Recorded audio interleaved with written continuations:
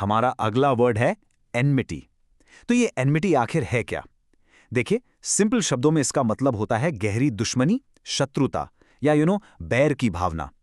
जब दो लोगों या ग्रुप्स के बीच एकदम एक्टिव वाली हॉस्टिलिटी हो, बस उसी फीलिंग को हम कहते हैं एनमिटी। और हाँ, ये एक नाउन है, यानी कि एक संज्ञा। अक्सर ये शब्द ऐसी दुश्मनी के लिए यूज होता है जो बहुत गहरी और पुरानी हो। चलिए एक एग्जाम्पल देखते हैं। जब दो परिवारों के बीच सालों से ऐसी दुश्मनी चली आ रही हो तो उसके लिए हम ये सेंटेंस यूज कर सकते हैं। The long standing enmity between the two families resulted in a feud. मतलब उन दो परिवारों के बीच जो इतने लंबे टाइम से दुश्मनी थी वो आखिरकार एक बड़े झगड़े में बदल गई। और हाँ, जरूरी नहीं कि एनिमिटी हमेशा बड़े बड़े ग्रुप्स के बीच ही हो। ये एक बहुत ही पर्सनल फीलिंग भी हो सकती है, बस दो लोगों के बीच। जैसे सोचिए ऑफिस का माहौल, वहां के लिए ये सेंटेंस बिल्कुल फिट बैठता है। He felt a wave of enmity towards his rival at the workplace। इसका सीधा सा मतलब है कि उसने अपने वर्कप्लेस राइवल के लिए एकदम से दुश्मनी की एक लहर महसूस की। अब थोड़ा बड़े स्केल पर सोचते हैं। ये वर्ड आपको देशों के बीच के रिश्तों में भी सुनने को मिलेगा।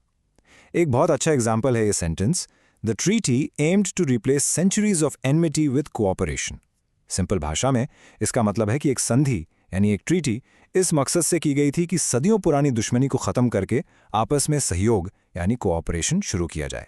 पता है, ये वर्ड एनमिटी आपको न्यूज़ में बहुत सुनने को मिलेगा, खासकर जब पॉलिटिकल एक्सपर्ट्स इंटरनेशनल रिलेशंस या हिस्ट्री पर बात करते हैं।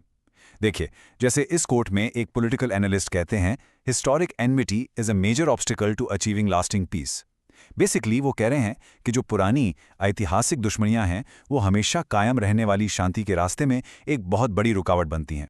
ओके, तो अब जब आप एनिमिटी का मतलब समझ गए हैं, चलिए इसके कुछ सिनोनिम्स भी देख लेते हैं। सिनोनिम्स यानी वो शब्द जिनका मीनिंग ऑलमोस्ट सेम होता है।